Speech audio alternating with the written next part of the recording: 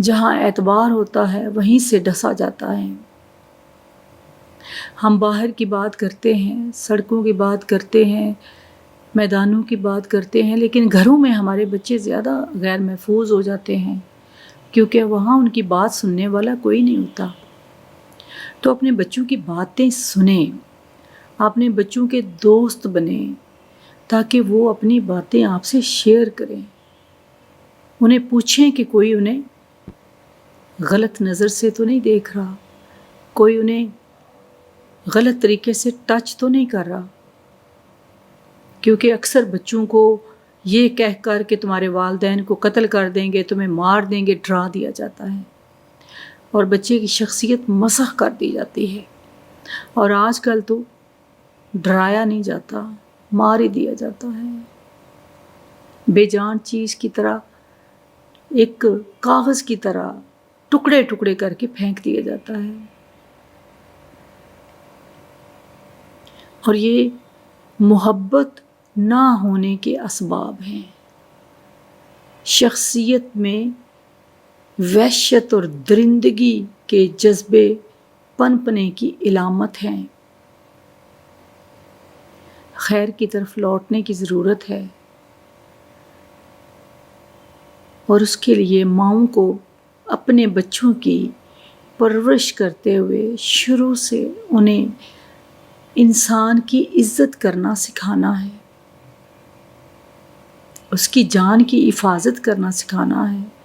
جہاں اسے اپنی جان کی حفاظت، اپنے وقار کا درس دینا ہے، وہیں ارد گرد بسنے والوں کی حفاظت اور وقار کی تبلیغ بھی کرنی ہے، تلقین بھی کرنی ہے۔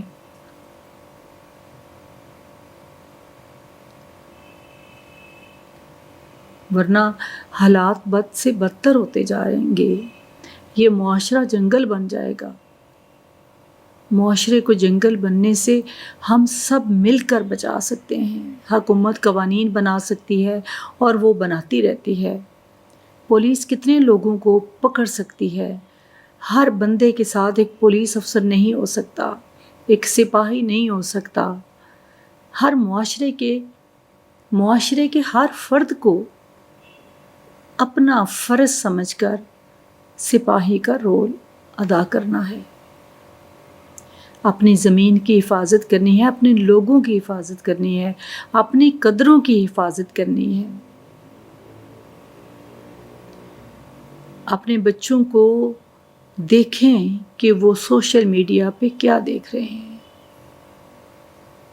کیونکہ جب آپ اپنے بچوں کو نظر انداز کر دیتے ہیں تو پھر ایسی سرگرمیوں میں پڑ جاتے ہیں جہاں زندگی کے مختلف ایڈونچر انہیں دوسروں کی جان سے کھیلنے کی طرف راغب کرنے لگتے ہیں۔ بچوں کو خود سے دور نہ کریں، وہ چھوٹے ہیں یا بڑے ہیں، ان کا کنیکشن آپ سے جڑا رہنا چاہیے، آپ کو خبر ہونی چاہیے۔ وہ جو کر رہے ہوں وہ آپ کی دھڑکن کو سننا چاہیے۔ صرف یہی ایک صورت ہے معاشرے میں تبدیلی کی۔ اپنے گھر سے تبدیلی کا آغاز کریں، اپنے بچوں سے، اپنے بیٹوں سے انہیں عورت کی عزت کرنا سکھائیں، انہیں یہ بتائیں کہ مرد کا وقار عورت کی عزت کرنے میں ہے۔ اپنی بیٹی کو بتائیں کہ اس کا وقار، اس کی پہچان، اس کی عزت انسانی قدروں کی علمبرداری میں ہے۔ کوئی چھوٹا بڑا، کوئی اچھا برا نہیں ہوتا۔ ہم اپنے بچوں کو جس طرح بناتے ہیں وہ بنتے چلے جاتے ہیں، اور جب ہم انہیں معاشرے کے رحم و کرم پر چھوڑ دیتے ہیں پھر وہ بے قابو ہو جاتے ہیں۔ ہمیں اپنی محبت کی رسی سے انہیں باندھے رکھنا ہے۔ اپنے بچوں کا خیال کریں، اپنے معاشرے کا خیال کریں، اپنے گھر سے آغاز کریں، اپنی ذات سے آغاز کریں۔